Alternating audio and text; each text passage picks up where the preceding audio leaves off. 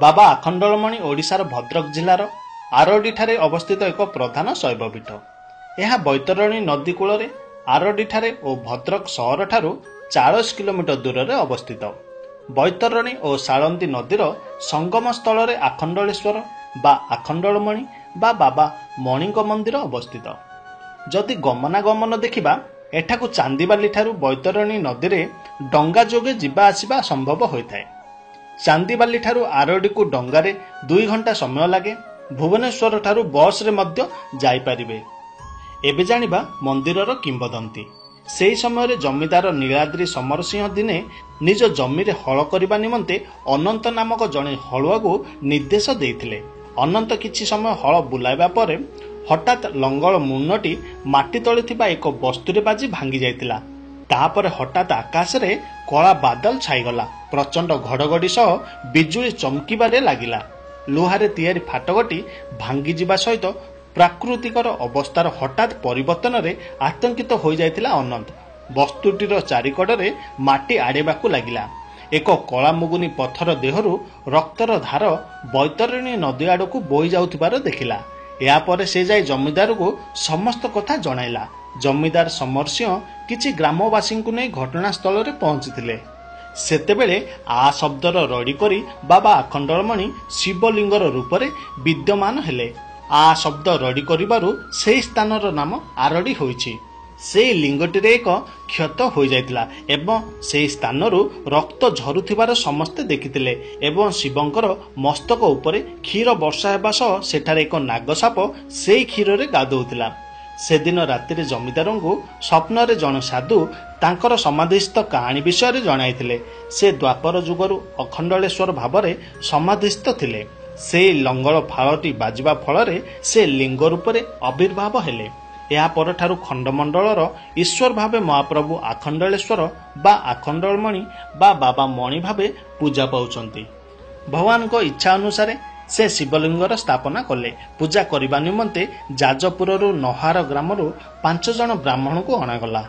एक तालपत्र छातरे शिवलिंग को सुरक्षा दिया जाउतला। किछि दिन परे जमीदार जनक गाँ लोकंक साहाय्य काठरे एक मंदिर निर्माण कले। अल्प दिन मध्यरे बाबा आखंडलेश्वरंकर महिमा सारा देश रे प्रचार हैला एवं विभिन्न स्थानर भक्त मानकर समागम हैला। एही स्थानटी को भगवानकर आशीर्वाद भावरे गणागला। एबे जानिबा मंदिर विषय आउ किछि कथा। सेही समय राजकनिकार राजा हरिहर भंजदेव एक घातक चक्षु रोग पीड़ित होइथिले। सबुकिछि चिकित्सा विफल हेबा परे भगवान आखंडलेश्वरंकर आशीर्वाद तांकर एही रोग को भल करि पारिबो बोली से भाबिले। तेणु से आसी आखंडलेश्वरंग पाखरे अधिया पड़िले। भगवान आखंडलेश्वर तांकर स्वप्न रे आसी तांकु सेही रोगर उपचार विषय पथ प्रदर्शन करथिले। शेषरे भगवानंकर आशीर्वाद रे राजा आरोग्य लाभ कले। तांकर मानसिक अनुसार से भगवान आखंडलेश्वरंकर एक पत्थर मंदिर निर्माण करने को चेष्टा कले।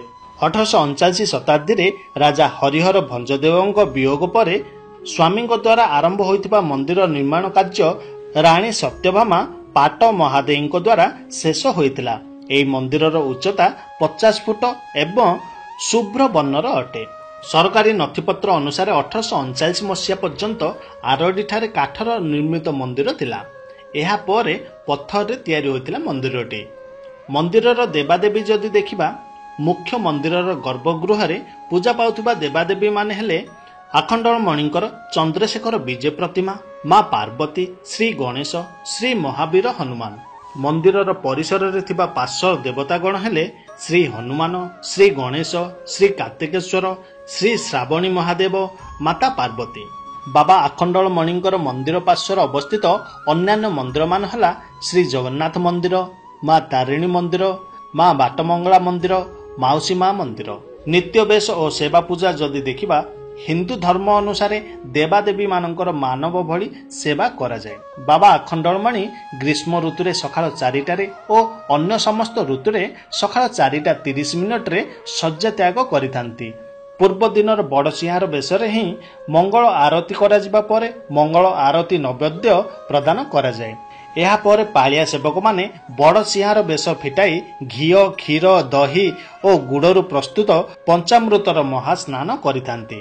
ମହାସ୍ନାନ ପରେ ଭଗବାନ ସମ୍ପୂର୍ଣ୍ଣ ଉଲଗ୍ନ ଥାନ୍ତି ଓ ଭକ୍ତମାନେ ତାଙ୍କର ସେହି ଦବମ୍ବର ବେଶ ଦର୍ଶନ କରିଥାନ୍ତି। ସକାଳ ଆରତି ସରିବା ପରେ ଭକ୍ତବୃନ୍ଦ ବାଲ୍ୟ ଭୋଗ ପ୍ରଦାନ କରିଥାନ୍ତି। ଦିନ ଗୋଟାଏ ଯାଏଁ ଭଗବାନଙ୍କର ଉଲଗ୍ନ ବେଶ ଭକ୍ତମାନେ ଦର୍ଶନ କରିଥାନ୍ତି।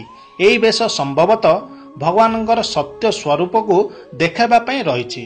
ଯଦି ସନ୍ଧ୍ୟା ଧୂପ ଦେଖାଯାଏ, ଋତୁ ଅନୁସାରେ ସନ୍ଧ୍ୟା ଆରତି ସମୟ ବଦଳିଥାଏ। ବିଭିନ୍ନ ଋତୁ ଅନୁସାରେ ସୂର୍ଯ୍ୟାସ୍ତର ସମୟ ବଦଳୁଥିବାରୁ ଗ୍ରୀଷ୍ମ କାଳରେ ପାଖାପାଖି ସନ୍ଧ୍ୟା 6:30 ସନ୍ଧ୍ୟା ଆରତି ଲାଗି କରାଯାଏ ଓ ଶୀତ ଋତୁରେ ପାଖାପାଖି 5:30 ସନ୍ଧ୍ୟା ଆରତି ଲାଗି କରାଯାଏ। ଆରତି ସମୟରେ ସୁଜି, ଘିଅ ଓ ଚିନିରୁ ପ୍ରସ୍ତୁତ ଲଡୁ ଭୋଗ କରାଯାଇଥାଏ। ଏବେ ଜାଣିବା ପ୍ରଭୁଙ୍କ ପାଦୁକାରେ ନିବାରଣ ହୋଇଥାଏ ଅନେକ ପ୍ରକାର ରୋଗ। ବାବା ମଣିଙ୍କ ପାଦୁକା ବା କୁଣ୍ଡ ଜଳ ବିଭିନ୍ନ ରୋଗ ବିନାଶକାରୀ ଭାବରେ କାର୍ଯ୍ୟ କରିଥାଏ ବୋଲି ସାଧାରଣରେ ଦୃଢ ବିଶ୍ୱାସ ରହିଆସିଅଛି। ଘିଅ, ମହୁ, କ୍ଷୀର, ଲହୁଣୀ, ଛେନା, ଦହି, ଅଦା, ଗୁଡ଼, ନଡ଼ିଆ ଓ କଦଳୀ ଇତ୍ୟାଦି ବହୁ ଉପାଦେୟ ଦ୍ରବ୍ୟମାନ ନୈବେଦ୍ୟ ଭାବେ ମହାପ୍ରଭୁଙ୍କର ଅଙ୍ଗ ଲାଗି ବା ଘର୍ଷଣ ହୋଇସାରିବା ପରେ ସ୍ନାନ ସମୟରେ ସେଥିରୁ ନିର୍ଗତ ସ୍ନାନ ଜଳକୁ କୁଣ୍ଡ ଜଳ ବା ପାଦୁକା କୁଣ୍ଡରେ ରଖାଯାଇଥାଏ। ଏହି ଜଳକୁ ଚନ୍ଦୁକ କୁହାଯାଏ। ବହୁ ଲୋକେ ଏଠାକାର ପାଦୁକାକୁ ମେଡିସିନ ରୂପେ ମାନିଥାନ୍ତି। ବିବାହ, ବ୍ରତ, ଗୃହ ପ୍ରତିଷ୍ଠା ଇତ୍ୟାଦି ଶୁଭ କାର୍ଯ୍ୟ ଗୁଡ଼ିକରେ ଏହି ପବିତ୍ର ଜଳକୁ ଈଶ୍ୱରଙ୍କର ଆଶୀର୍ବାଦ ଭାବେ ଗ୍ରହଣ କରିଥାନ୍ତି। ଏଠାକାର ପର୍ବପର୍ବାଣୀ ବର୍ଷ ସାରା ବାବା ଆଖଣ୍ଡଳମଣିଙ୍କ ପାଖରେ ଅନେକ ପର୍ବପର୍ବାଣୀ ପାଳନ କରାଯାଇଥାଏ। ହିନ୍ଦୁ ପାଞ୍ଜିକା ଅନୁସାରେ ବୈଶାଖ ମାସରୁ ହିଁ ବର୍ଷ ଆରମ୍ଭ ହୋଇଥାଏ। ଯଦି ଏଠାକାର ବଡ଼ ବଡ଼ ଫେଷ୍ଟିଭାଲ ଯଦି ଦେଖିବା, ତାହେଲେ ପଣା ସଂକ୍ରାନ୍ତି, ଚନ୍ଦନ ଯାତ୍ରା, ଶିବ ବିବାହ, ଶ୍ରାବଣୀ ମହୋତ୍ସବ, ଝୁଲଣ ଯାତ୍ରା, ଗଣେଶ ପୂଜା, ଦୁର୍ଗା ପୂଜା, କାଳୀ ପୂଜା ଏବଂ ଦୀପାବଳି, ଗୀତା ଜୟନ୍ତୀ, ମହାଶିବରାତ୍ରି, ଦୋଳ ଯାତ୍ରା ଏହିଭଳି ଅନେକ ବିଶେଷ ଦିନରେ ଏଠାରେ ବହୁ ସଂଖ୍ୟାରେ ଭକ୍ତମାନେ ଭିଡ଼ ହୋଇଥାନ୍ତି। ଆଉ ସମସ୍ତେ ବାବା ଆଖଣ୍ଡଳମଣିଙ୍କର ଆଶୀର୍ବାଦ ନେବା ପାଇଁ ବହୁ ଦୂର ଦୂରରୁ ଆସିଥାନ୍ତି। ଆପଣ ବି ଏହି ଜାଗାକୁ ଆସି ବାବା ଆଖଣ୍ଡଳମଣିଙ୍କର ଆଶୀର୍ବାଦ ନିଅନ୍ତୁ। ତ ଫ୍ରେଣ୍ଡସ୍, ଏହା ଥିଲା ବାବା ଆଖଣ୍ଡଳମଣି ମନ୍ଦିର ବିଷୟରେ କିଛି ଆଶ୍ଚର୍ଯ୍ୟଜନକ କଥା। ଆଶା କରୁଛି ଭିଡ଼ିଓଟି ଆପଣଙ୍କୁ ପସନ୍ଦ ଆସିଥିବ। ଯଦି ପସନ୍ଦ ଆସେ ତାହେଲେ ଲାଇକ୍ କରିଦିଅନ୍ତୁ, ନିଜ ଫ୍ରେଣ୍ଡସିପ୍ରେ ସେୟାର କରିଦିଅନ୍ତୁ। ଆଉ ଯଦି ଆପଣ ଏପର୍ଯ୍ୟନ୍ତ ଆମ ୟୁଟ୍ୟୁବ୍ ଚ୍ୟାନେଲ୍ ସହିତ ଯୋଡ଼ି ନାହାନ୍ତି, ତାହେଲେ ଭିଡ଼ିଓର ତଳେ ଥିବା ରେଡ୍ କଲର୍ ସବସ୍କ୍ରାଇବ୍ ବଟନ୍କୁ କ୍ଲିକ୍ କରି ସବସ୍କ୍ରାଇବ୍ କରିନିଅନ୍ତୁ। ଆପଣଙ୍କ ଦିନ ଶୁଭମୟ ହେଉ।